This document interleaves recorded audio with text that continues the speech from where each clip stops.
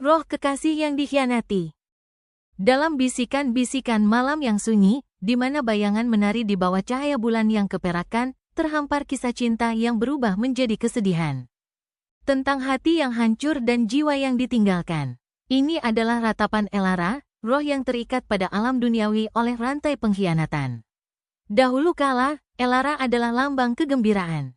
Tawanya adalah melodi yang bergema di padang rumput Eldenwood, tempat ia dan kekasihnya, Cedric, menenun mimpi di bawah pohon ek kuno. Cinta mereka adalah permadani gairah dan janji, yang hidup dan tak kenal ampun. Namun angin takdir itu berubah-ubah, dan hati bisa menjadi sesuatu yang berbahaya. Tanpa sepengetahuan Elara, Cedric menyimpan sebuah rahasia, cinta terlarang untuk wanita lain, wanita kaya dan berstatus.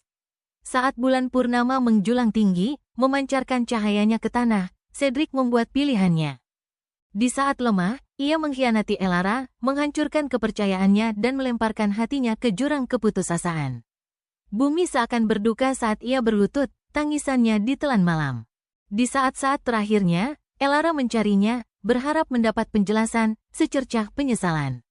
Namun Cedric, yang diselimuti rasa bersalah dan malu, berpaling. Meninggalkannya sendirian di tengah gema cinta mereka. Patah hati, ia mengembara di hutan, tenggelam dalam kabut kesedihan hingga beban kesedihannya menjadi terlalu berat untuk ditanggung.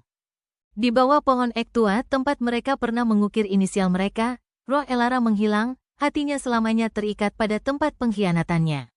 Namun, kematian tidak memberinya kedamaian. Terikat pada alam fana, roh Elara berubah menjadi hantu, kesedihannya berubah menjadi keinginan untuk membalas dendam. Cahaya bulan menjadi sekutunya, menerangi jalannya saat ia menjelajahi Eldenwood. Mencari kehangatan hati Cedric untuk memadamkan dingin yang telah menggerogoti hatinya sendiri. Seiring bergantinya musim, begitu pula Cedric. Rasa bersalah menggerogoti dirinya, dan cinta yang pernah ia hargai berubah menjadi abu.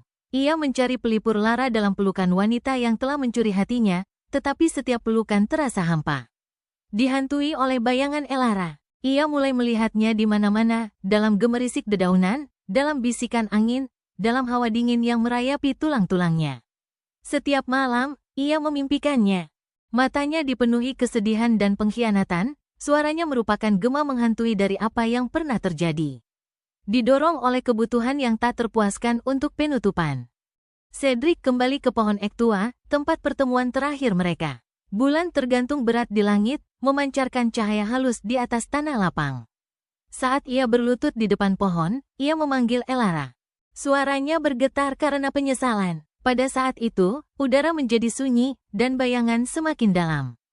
Dari kedalaman malam, Elara muncul, wujudnya merupakan penglihatan samar keindahan dan rasa sakit. "Kau mengkhianatiku," bisiknya, suaranya seperti gemerisik dedaunan ditiup angin yang sekarat. "Kau menghancurkan hatiku, dan sekarang kau mencari pengampunan?" Cedric gemetar, berlutut. "Aku bodoh, Elara. Aku salah memilih, dan sekarang aku dihantui oleh kenanganmu. Aku tidak mencari pengampunan, tetapi untuk memahami alasannya." Jiwa Elara berkelebat, terbelah antara keinginan untuk membalas dendam dan sisa-sisa cinta yang masih melekat di hatinya. "Kau mencari kehangatan orang lain sementara aku layu dalam bayang-bayang. Pengkhianatanmu adalah kematianku, dan sekarang aku terikat di tempat ini, jiwa yang hilang dalam siksaan." Cedric kembali ke pohon ek tua, tempat pertemuan terakhir mereka. Bulan tergantung berat di langit, memancarkan cahaya halus di atas tanah lapang. Saat ia berlutut di depan pohon, ia memanggil Elara. Suaranya bergetar karena penyesalan. Pada saat itu, udara menjadi sunyi, dan bayangan semakin dalam. Dari kedalaman malam, Elara muncul. Wujudnya merupakan penglihatan samar keindahan dan rasa sakit. "Kau mengkhianatiku," bisiknya, suaranya seperti gemerisik dedaunan ditiup angin yang sekarat. "Kau menghancurkan hatiku, dan sekarang kau mencari pengampunan?" Cedric gemetar, berlutut. "Aku bodoh, Elara. Aku salah memilih, dan sekarang aku dihantui oleh kenanganmu.